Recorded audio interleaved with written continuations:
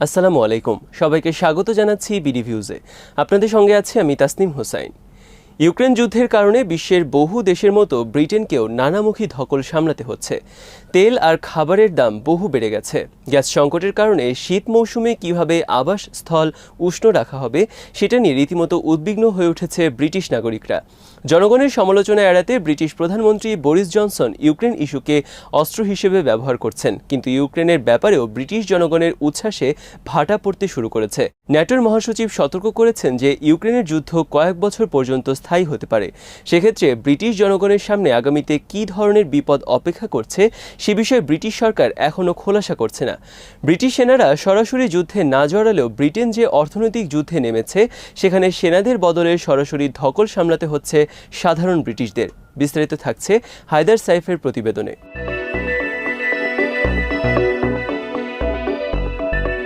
British প্রধানমন্ত্রী Boris Johnson দেশে যে তীব্র সমালোচনার মধ্যে আছেন সেটা থেকে বাঁচার জন্য যাওয়ার মতো একটা জায়গাই তার বাকি আছে, সেটা হলো ইউক্রেন।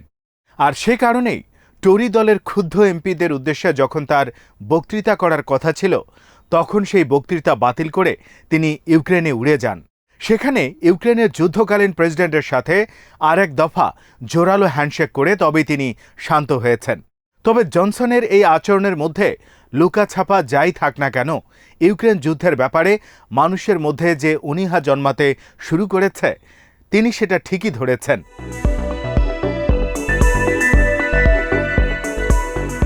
যুদ্ধের সময় যতই গড়াচ্ছে এই অনীহার মাত্রা ততই বাড়ছে। তবে এখনও তিনি যেটা করেননি সেটা হলো এই যুদ্ধের কারণে ব্রিটিশ নাগরিকদেরকে দীর্ঘমেয়াদে কী পরিণতি ভোগ করতে হবে সেটা তিনি সুস্পষ্ট করে খোলাসা করেননি। কারণ ন্যাটোর মহাসচিব জেন্স স্টোলটেনবার্গ বেশ স্পষ্ট করেই বলেছেন ইউক্রেনের যুদ্ধ বহু বছর গড়াতে পারে। একটা সময় পর্যন্ত ইউক্রেনের সাথে সংহতি প্রকাশের অর্থ ছিল সোশ্যাল মিডিয়ায় নিজের নামের পাশে ইউক্রেনের পতাকা যুক্ত করা, আর ইউক্রেনের কৃষকরা কিভাবে রাশিয়ান ট্যাঙ্কগুলো দখল নিচ্ছে টিকটকে তার ভিডিও দেয়া।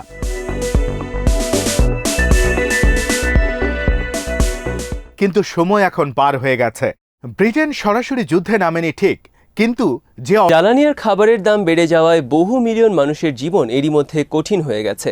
আগে থেকে যে অস্বাভাবিক মূল্যস্ফীতি ছিল সেটাও আরও বেড়ে গেছে। মহামারী পরবর্তী পরিস্থিতিতে সারা বিশ্বে সবাই কম বেশি এই সমস্যার মোকাবেলা করছে, কিন্তু ব্রেক্সিটের কারণে ব্রিটেনের মাত্রাটা হয়েছে অন্যদের চেয়ে অনেক বেশি। কিন্তু আসছে শীতে তাপমাত্রা যখন আরও কমতে শুরু করবে তখন পরিস্থিতি আরও কঠিন হয়ে উঠবে।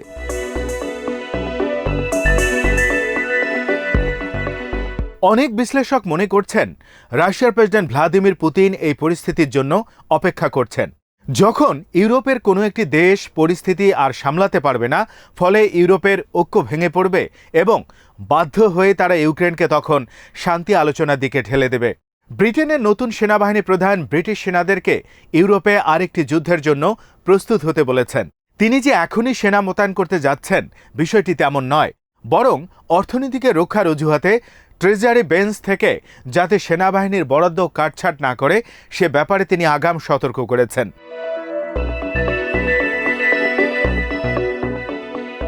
প্রেসিডেন্ট পুতিন যে শুধুমাত্র ইউক্রেনের ভূখণ্ড নিয়ে মাথা ঘামাচ্ছেন বিষয়টি এমন নয়, তিনি ন্যাটোর ভেতরের শক্তিমত্তা যাচাই করে দেখতে চান।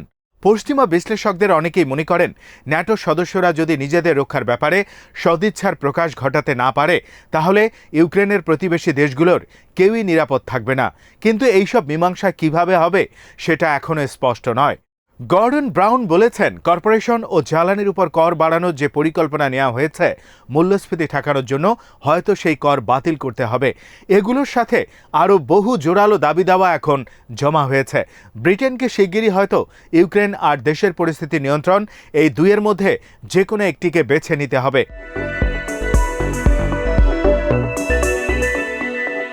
পুরো শরতের মৌসুম প্রতিবাদ বিক্ষোভের ভেতর দিয়ে কেটেছে।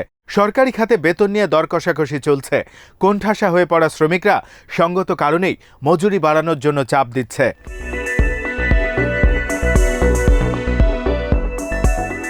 ট্রেজারি বেঞ্চের চিফ সেক্রেটারি সাইমন ক্লার্ক মানুষের প্রতি সংযত হওয়ার আহ্বান জানিয়েছেন। তার আহ্বানে কাজ হতে পারে যদি সেটা হয় সাময়িক সময়ের জন্য, কিন্তু নতুন ধরনের এই অর্থনৈতিক যুদ্ধের কারণে মানুষকে যদি দীর্ঘমেয়াদের জন্য জ্বালানি আর খাবারের উচ্চ মূল্যের ধকল সহ্য করতে হয়, তাহলে পরিস্থিতি কী দাঁড়াবে সেটা বলা মুশকিল।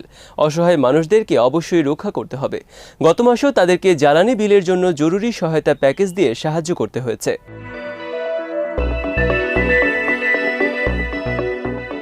ব্রিটেনকে তাদের জনগণের সবকিছু নিয়ে নতুন করে ভাবতে হবে। খাদ্য নিরাপত্তা থেকে নিয়ে সরকারি পরিবহন ও কিভাবে আবাসস্থলে শীতের সময় তাপের ব্যবস্থা করা হবে, এই সব কিছু নিয়ে সরকারকে ভাবতে হবে।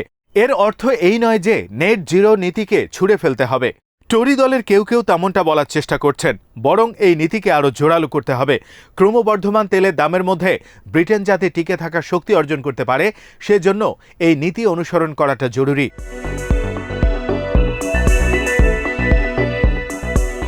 খুব শিগগিরই তেলের দাম কমার কোনো লক্ষণ দেখা যাচ্ছে না। জরুরি পদক্ষেপ হিসেবে জনগণের গ্যাসের ব্যবহার কমানোর জন্য আবাসস্থলে জরুরি সহায়তার যে পদক্ষেপের কথা ভাবা হচ্ছে, সেই ধরনের পদক্ষেপের আরও বেশি প্রয়োজন হবে, কিন্তু সেটাও আসলে সমাধানের সহজ একটা দিক মাত্র।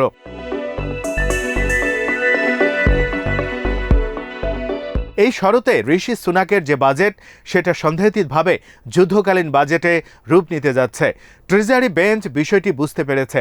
চলতি মাসের শুরুর দিকে বিশপ অকল্যান্ডের জীবনযাত্রার ব্যয় নিয়ে বিভিন্ন প্রশ্নের উত্তর দিচ্ছিলেন চ্যান্সেলর। পেট্রোলের দাম বৃদ্ধি নিয়ে এক প্রশ্নের জবাবে তিনি বলেছিলেন, ব্রিটেন পুতিনের বিরুদ্ধে দাঁড়ানোর একটা সম্মিলিত সিদ্ধান্ত নিয়েছে। তার ভাষায় এই সিদ্ধান্তটা হলো, ব্রিটেন ইউক্রেনের মাটিতে সরাসরি সেনা পাঠাবে না। তার বিকল্প হিসেবে ব্রিটিশ নাগরিকরা ব্রিটেনে বসেই সম্মিলিতভাবে আত্মত্যাগ করব। কিন্তু সমস্যা হলো, যুদ্ধকালীন সময় এই ধরনের আত্মত্যাগের সিদ্ধান্তের জন্য জনগণের মতামত নেওয়ার দরকার পড়ে, কিন্তু ব্রিটিশ সরকার ইউক্রেন যুদ্ধের ইস্যুতে এখনও সেটা করেনি।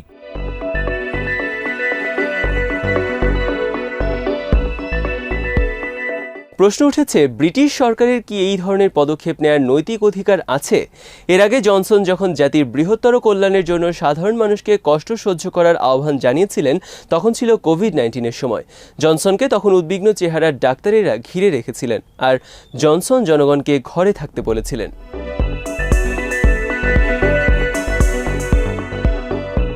এখন যেসব তথ্য বেরিয়ে আসছে, তাতে দেখা যাচ্ছে ব্রিটিশ জনগণ যখন কষ্ট সহ্য করে ঘরে লকডাউনে ছিলেন, তখন জনসন ডাউনিং স্ট্রিটে পার্টিতে ব্যস্ত ছিলেন।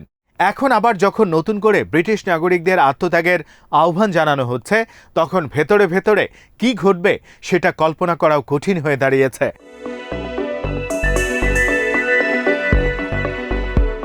কিন্তু ব্রিটিশ নেতাদের মধ্যে যে নৈতিকতা শূন্যতা, তার দায় অবশ্যই ইউক্রেনের নয়। স্টলটেনবার্গের কথা যদি সত্য হয়, এই সংকট অনেক বছর ধরে জারি থাকবে, তাহলে জনসনের পরে যিনি ব্রিটেনের ক্ষমতায় আসবেন, তাকেও এই সংকটের ধকল সামলাতে হবে।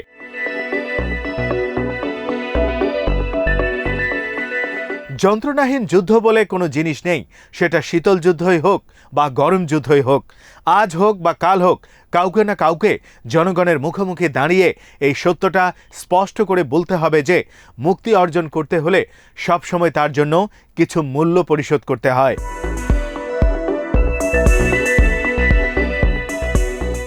আজ এখানেই শেষ করছি। সবাই ভালো থাকুন, সুস্থ থাকুন আর দেখতে থাকুন বিডি ভিউজ।